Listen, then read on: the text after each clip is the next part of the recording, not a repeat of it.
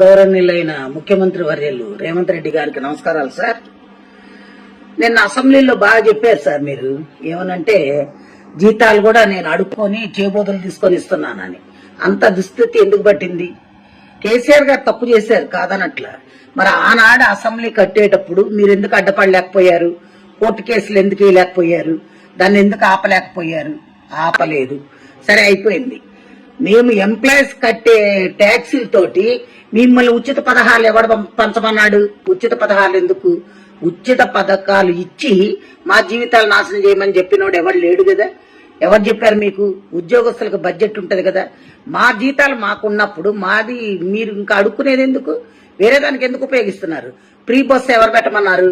ఎవడైనా ఈ రోజుల్లో మరీ కూటికి లేని పేదలు నిరుపేదలు ఉంటే ఆధార్ కార్డు చూపెడితే వాళ్ళకి ఇవ్వాలి.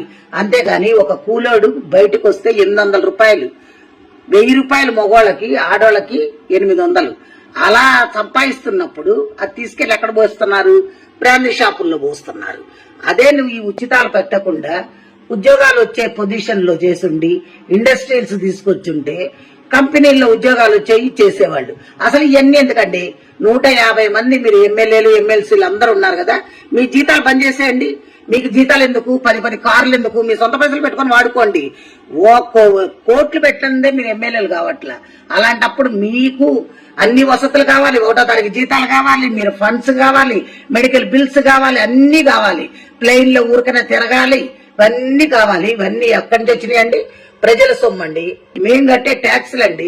మా ట్యాక్సుల పైసలు మిమ్మల్ని ఉచితాలుగా వాడుకోమని చెప్పినోడు ఎవడు? ఏ రాజ్యాంగంలో రాసిందో చెప్పండి. మీరు ఇవన్నీ కానీ చేస్తే ఇప్పుడు మేము రిటైర్డ్ అయిన వాళ్ళకి కనీసం పైసలు కూడా ఇచ్చే స్థితిలో లేరు మీరు. ఇది ఒక చట్టం దాండి. స్టేట్ గాని సెంట్రల్ గాని మీ ఇష్టం వచ్చినట్టు వాడుకొని మాకు ఉచితాలు ఇస్తున్నాం, మీకు ఉచితాలు ఇస్తున్నాం అని చెప్తున్నారు. ఉచితాలు ఎవరికి ఇస్తున్నారు? ఉచితాల పేర్లతోటి మీ కార్యకర్తలకి దోసి పెట్టుకుంటున్నారు. అంతేగాని మీరు ఎవరికి ఏం చెయ్యట్లా, న్యాయం జరగట్లా అక్కడ. కాబట్టి దయచేసి మీరు ఇంకోసారి ఈ పిచ్చి సలహాలు ఇవ్వకుండా ఇప్పుడు ఎవరికైతే క్లాస్ 4th ఎంప్లాయీస్ కూడా జీపే పై పెట్టుకుంటే బిల్లులు ఇచ్చే స్థితిలో లేకుండా అయిపోయారంటే ఏమనుకుంటున్నారు? ముందు అర్జెంట్ గా మా బిల్లులు మాకు పాస్ చేయండి. రిటైర్డ్ అయిన వాళ్ళకి మర్యాద పూర్వకంగా డబ్బులు ఇచ్చి పంపించండి. అది పద్ధతి.